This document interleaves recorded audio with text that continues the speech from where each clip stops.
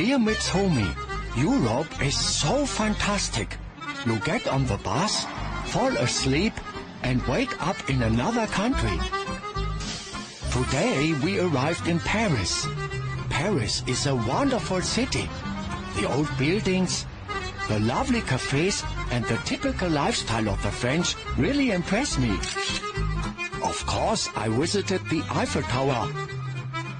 I thought it would be bigger, but I was wrong. The Champs-Élysées and the Arc de Triomphe are also very impressive.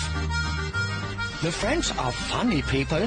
Whenever you ask them how to go somewhere, they start laughing. I don't know why, but I always laugh too, just to be on the safe side. The food here is simple but very good. The national dish is called döner.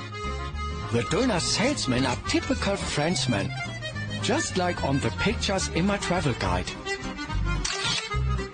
Mitsumi, you know that I promised to bring you a souvenir?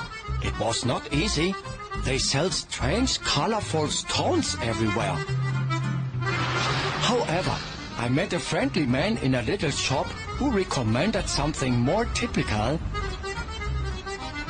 Tomorrow we go on to Berlin.